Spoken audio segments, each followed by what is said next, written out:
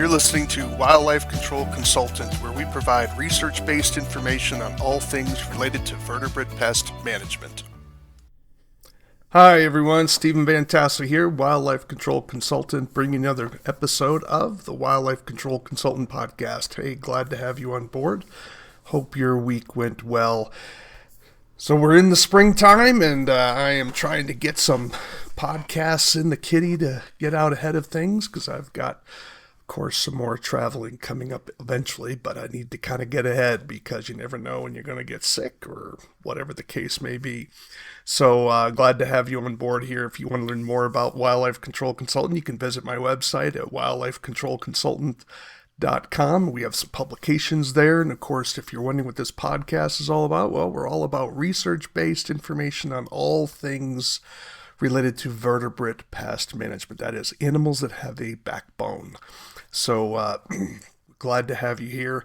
Definitely check out the other videos we have. We keep adding basically on a weekly basis. If you know of someone who has maybe some control methods that they're interested in, perhaps a product or service that could be useful for the wildlife control industry, we'd love to hear from them, because we're always looking for people to interview and be on our show and get their information out to a wider audience. All right, well, it is springtime, of course, and with the springtime comes woodpeckers, right? So we want to be sure, help some people out there who are looking at some woodpecker issues, and thought we'd talk about woodpeckers today. Let me get my slideshow up here. There we go.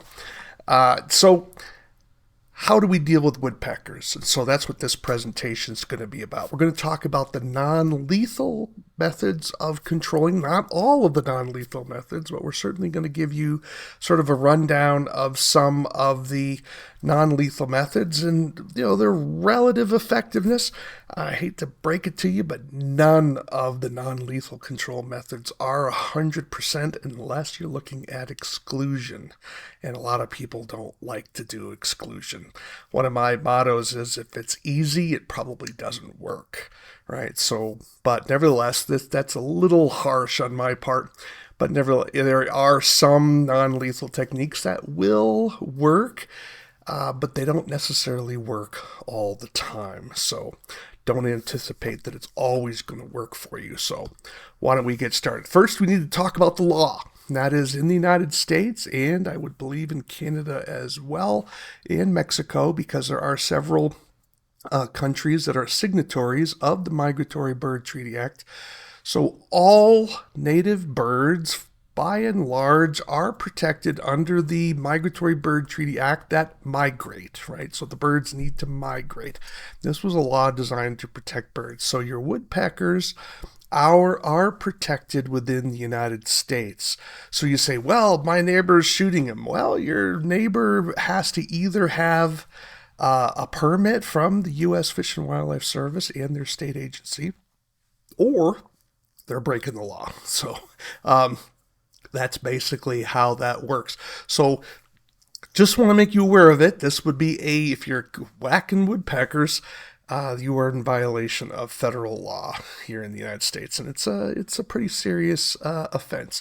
However, you are allowed to frighten woodpeckers, so you can't harm them in their nests. You can remove an old nest. You can secure a nest that's not occupied.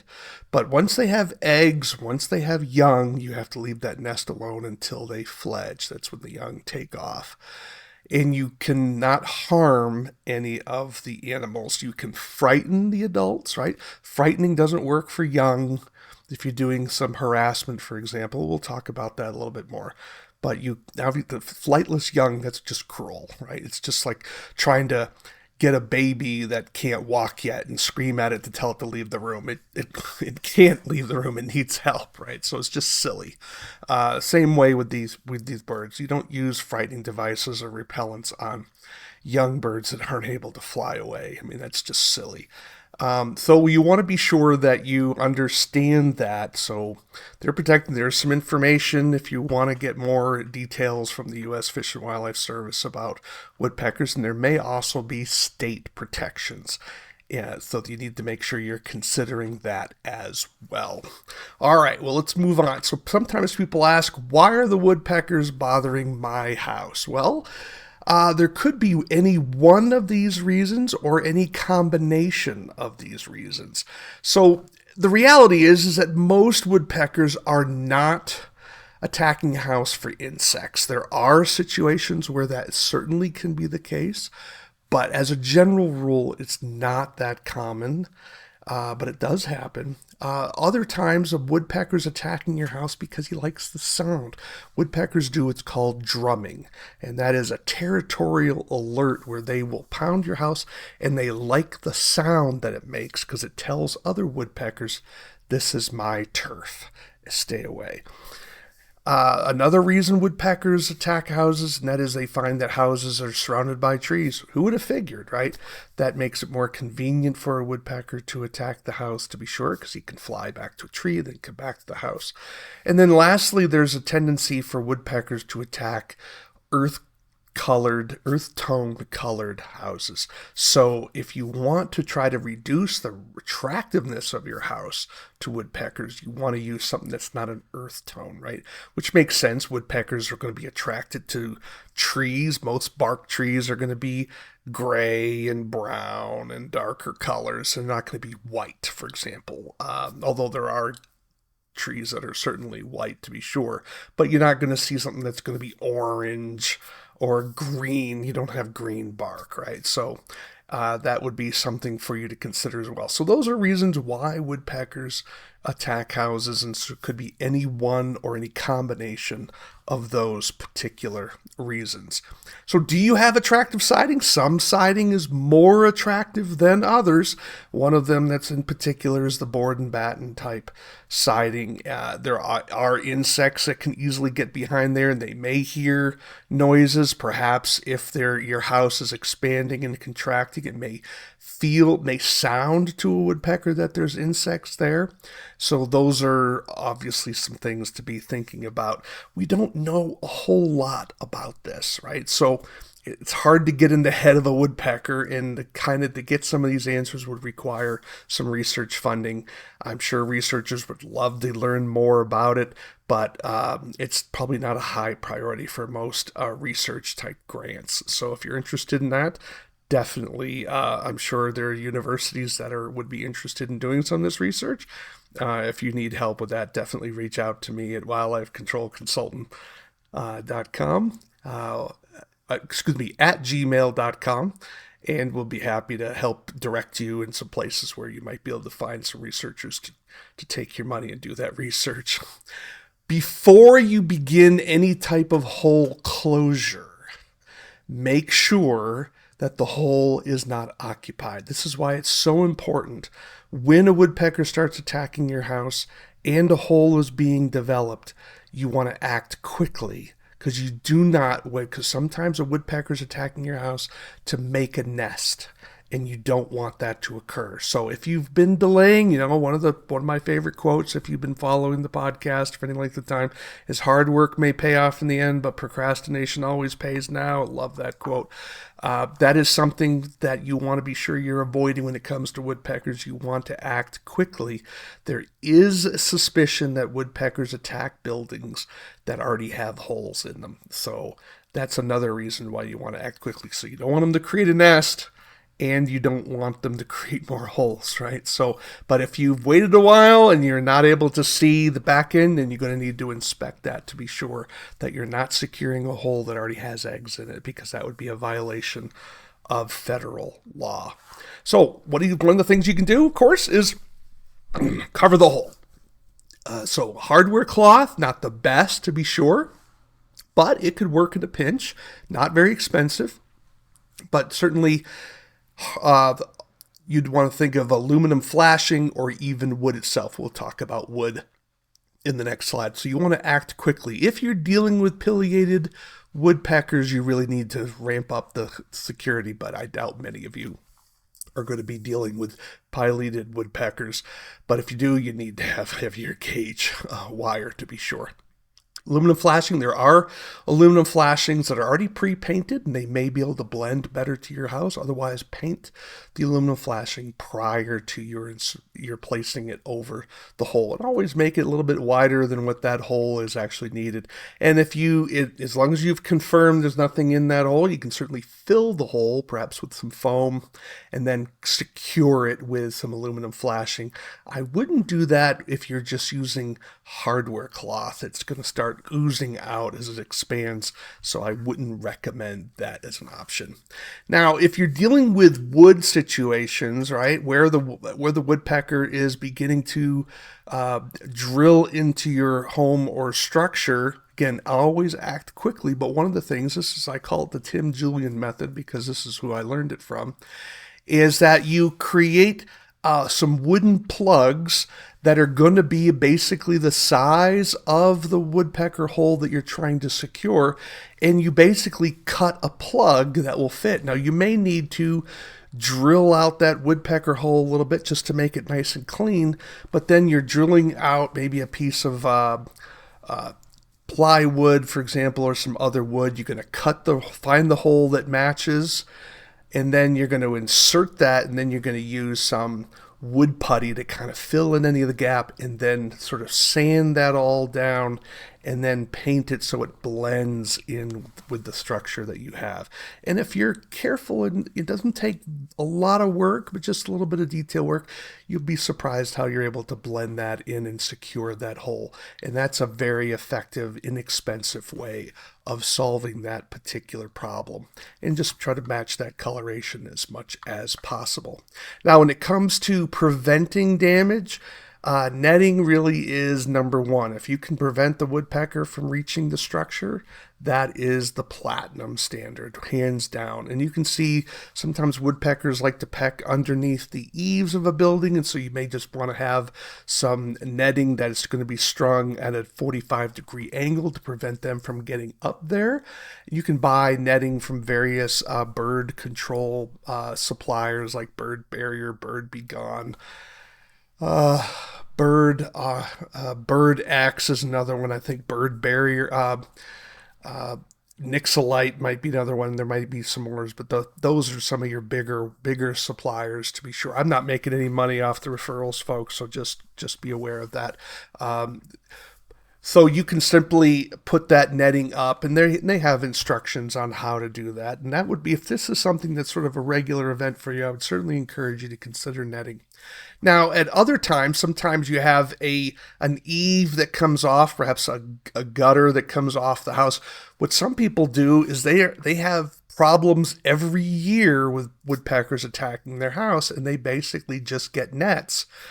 In that they hang the nets, they have hooks on their gutters or hooks on their house, and then they put the netting up on those hooks in the spring, take them down in the fall before snow flies to prevent the woodpecker from getting to the side of their house. And it just becomes, it's sort of like the reverse of Christmas lights, right? So they put this up, and that is a very good way of eliminating the problem. That is the platinum standard. It may sound like a hassle, but it's once you kind of get into the rhythm of it, it shouldn't be too much. And you can use poles, so you don't always have to climb a ladder to kind of get the net over those hooks, and then weight the net at the bottom, and it'll work really well. You just want to make sure there's sufficient distance between the net and the building. Probably 6 or 7 inches would be more than enough to prevent a woodpecker from being able to reach that wall. Now, a lot of people, of course, want to do something easy, do something simple, and that's where frightening devices come along, because they're kind of easy to install, and they're not very expensive, and they're not worried about a visual issue. Well, let's talk about frightening devices. Now, frightening devices, as the name sounds, are products that are used to cause a fear response in the birds. And so there are different versions of frightening devices, and of course they generally are categorized according to the sense that they affect. So you can have auditory, You can have visual, and then of course you can have a combination of audio visual frightening devices. There's a last one, biological, which sometimes uses audible in the sense there could be a distress sound or a predator sound as well. But generally those are your options for frightening devices, and so audible frightening devices are one way to try to frighten woodpeckers away from your building. Propane cannons, for example, are one example. You may also want to use some sounds of distress calls and that sort of thing. The problem with auditory frightening devices is that if your neighbors are close, they're probably not going to like the noise. Propane cannons are really loud, and they're probably not going to be allowed in your particular area unless you're out in the country where you don't have code, sound codes and that sort of thing. So you can have some angry neighbors with them, and there is some questions about how effective they actually are, especially if they go on a loop, like distress calls, and they're just sounding off every 5 minutes or so. The birds are going to realize there's nothing to see here. So you really want to make them last is things that are motion censored, right? They only go off when the woodpecker actually arrives. Some of the technology hasn't quite got there quite yet.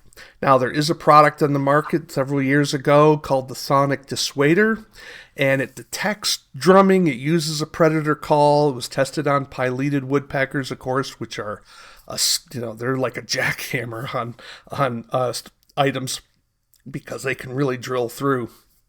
And unfortunately, the research for this particular woodpecker didn't reduce the damage, according to this researcher. Now, would it work on other woodpeckers? I don't know. I can only relate what was put into the journal article. But as far as pileated woodpeckers is concerned, the researchers said their work showed it wasn't successful. So this is the challenge. How different are woodpeckers from one species to another? These are some of the questions. So if you're going to try the Sonic Dissuader, just make sure you check out the return policy so you could try it, and then if you weren't successful with it, you at least can return it and get your money back, or maybe most of your money back. It's something to try, and I'd love to hear about what your results were on it, and that sort of thing. It'd be nice to sort of crowdsource more information because we don't have the research being done on some of these products. Now, one of the challenges with using distress calls and this sort of thing is that there actually is some researchers that suggest that some of this work actually attracts woodpeckers because they may come to defend their territory, find a mate, and even predator calls. You think they might frighten everything away, that it actually causes freeze behavior, and so the woodpecker doesn't leave, but actually stays, right? Because he doesn't want to be seen. Predators are often have eyes that are keen for motion, and so they want to see something, try to fly away, and then attack it. And then there is some ideas that when there is a predator call, other birds come to the area to try to check out to see if the predator's actually there. And so there may be some evidence that suggests that the damage would actually increase. So these are some of the challenges that we have with some of these auditory frightening devices that use sort of biological calls. Now, what about ultrasonics or creosote, free-range cats? No, that doesn't work. The challenge with ultrasound is a lot of birds can't even hear in the ultrasonic range. So, and you don't want to be using products as a pesticide without them being registered by the EPA. Now, what about other types of frightening devices like the audio-visual? Well, audio-visual, there's no doubt if you're using pyrotechnics, the woodpecker's going to move. The difficulty, of course, is they're very loud and it requires some level of control. There can be a fire risk with these products, and of course your neighbors may not be happy about the sound. And so it's not going to really be that good of a use of the product unless maybe you're trying to keep the woodpeckers out of certain trees. But I'd be nervous about using it too close to buildings because you might break a window or something like that. But definitely think about that. Note that some products that are used as bangers and screamers do require some additional ATF licensing. So not all of them, and you can purchase some without these types of licenses, but just keep that in the back of your mind. Even if you're not required to get the ATF explosive permits. These are not toys, right? So they have fireworks capabilities, and they can go, 50 yards, 25, 50 yards. You want to be careful because they're discharged often from a gun or a shotgun, and they are not toys, and you want to be careful with them. And of course, there is a fire risk, as I've mentioned before. So be careful with them and make sure you follow label instructions, and then good sense in making sure that you are allowed to discharge these things in around your area, because some communities, of course, would treat them as firearms, because a lot of laws in local areas, or actually regulations or ordinances, are written in such a way that anything that shoots a projectile is treated as a firearm. So get your ducks in a row, because the last thing you want is to be treated as sort of an active shooter, and that could be a very dangerous situation if you're being caught in that. So if you're using these in sort of urbanized areas, make sure you're touching base with the police both prior to your using it and on the day of your using it, and don't look like you're someone that's going to be shooting the place up, because that could become a friendly fire type incident, and you certainly don't want that. Other things with frightening devices, it seems to suggest, and that is things that are shiny and move, are the most important combination when we're dealing with frightening devices. But again, no frightening device works 100%.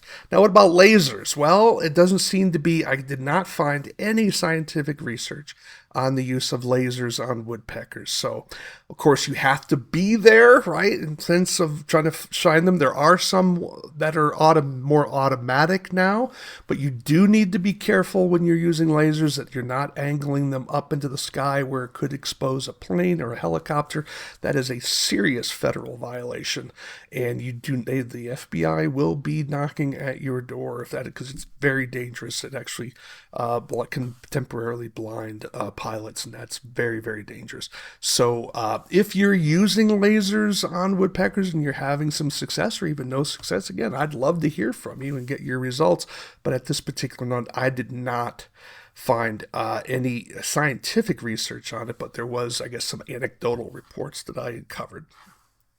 Now, how about the things that are most commonly used that do have a track record of being somewhat effective? Again, not 100%, but somewhat effective, and that's Mylar tape. Mylar tape is basically metal tape that has a very shiny side to it. The idea being is that it moves in the wind.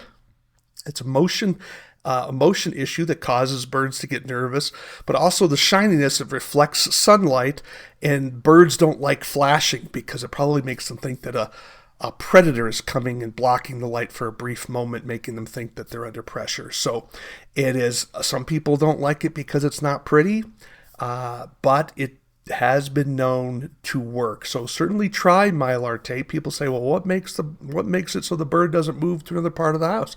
You can't know that in advance. So just follow the bird around the house. So that does mean you're going to have Mylar tape perhaps in several areas, depending on how determined the woodpecker is. You just got to keep chasing him along until he moves. Now, it will rip in heavy winds. So you might want to take some tape, put some tape over the end of it, and then staple it through the tape, through the Mylar, to give it a little bit more durability if you're stapling it in. Otherwise, you might get some tearing if you're in an area with some heavy wind.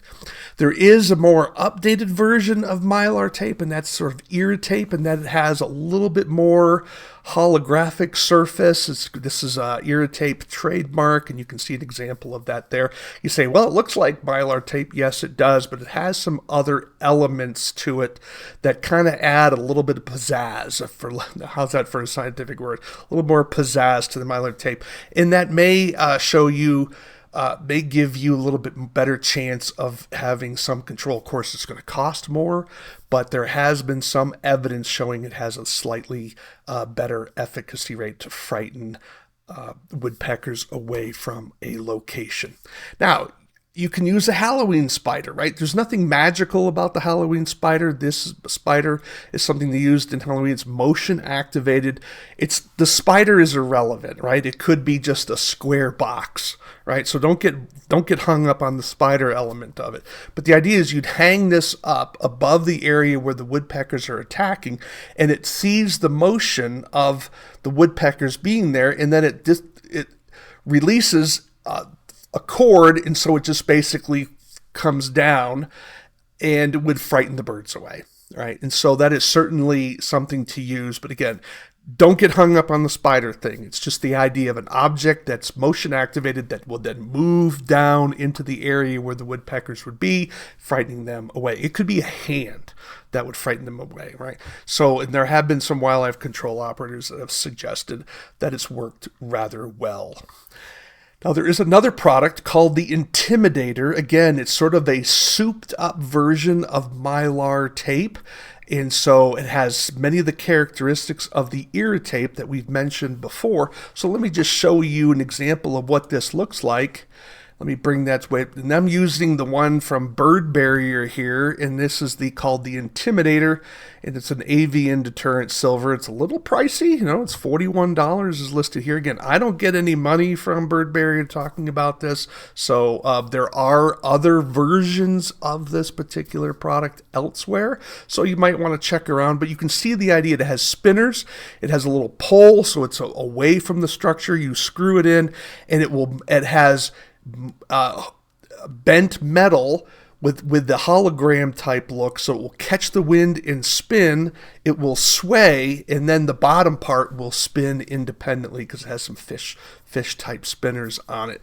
And wildlife control operators have mentioned that they've had some pretty good success with it. Again, not 100%, but it has been. They have remarked that it's been helpful for them to be sure. So let's go back. Talk about bird repellents. This is where people like to use chemicals to try to get animals to move away. So that's where it's different from frightening devices. Frightening devices do not use chemicals because they're a device, where bird repellents use a chemical. And when we're using a chemical as a repellent, that is a pesticide, right? So we need to understand that it have to be abiding by the label, and they should be registered with the Environmental Protection Agency. That's the EPA. When I put this PowerPoint together, originally there was no tactile repellents allowed for woodpeckers at the time. That may not still be the case. I'm recording this in 2026, so that may not still be the case, but you have to read the label. Woodpeckers have to be listed on the label in order to use it legally. Now, there was a product called methylenthranilate, and that's the active ingredient. Methylenthranilate is what makes your grape Kool-Aid taste like grapes.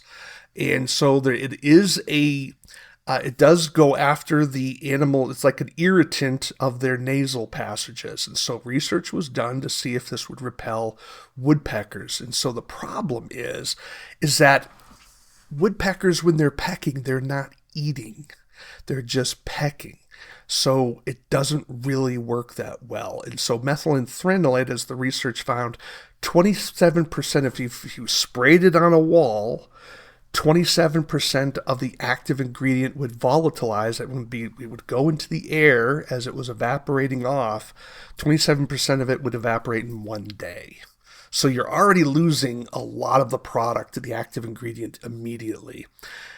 It does work when animals are eating, right? It stopped feeding on suet, but it didn't work on wood. Why? Well, because pecking is different than eating. Woodpeckers don't eat wood. They eat things that are in the wood, right? But they're not eating the wood. So the methylenthranilate wouldn't necessarily work for them. So it's just something to keep that in mind.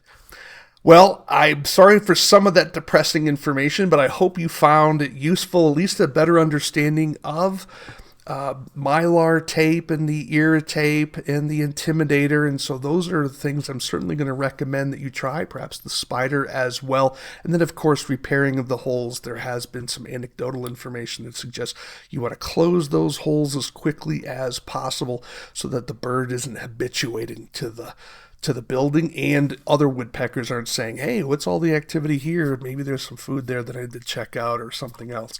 So I wish I had that silver bullet that would eliminate all of your woodpecker problems really easy, but I don't have that. So we just have to give you what we know works. We just realize it doesn't work 100% of the time. Well, I'm Stephen Vantassel. You've been listening to the Wildlife Control Consultant Podcast, and we've been talking about woodpeckers. So if you have ideas, thoughts, suggestions, yes, even criticisms of our show, you can reach me at wildlifecontrolconsultant@gmail.com. wildlifecontrolconsultant@gmail.com. Would love to hear from you. And of course, until next time, take care, everybody. This is the disclaimer for Wildlife Control Consultant Podcast. Vertebrate pest control is an inherently dangerous activity involving risk of bodily injury to you, others, and/or property. Vertebrate pest control also involves legal issues, so be sure to always follow national, state, provincial, and local laws when using pesticides and/or other control methods when controlling pests. Wildlife Control Consultant LLC, Stephen M. Vantassel, or their affiliates are not responsible for your use of the information provided here. Always consult a qualified and appropriate professional before employing the information provided here.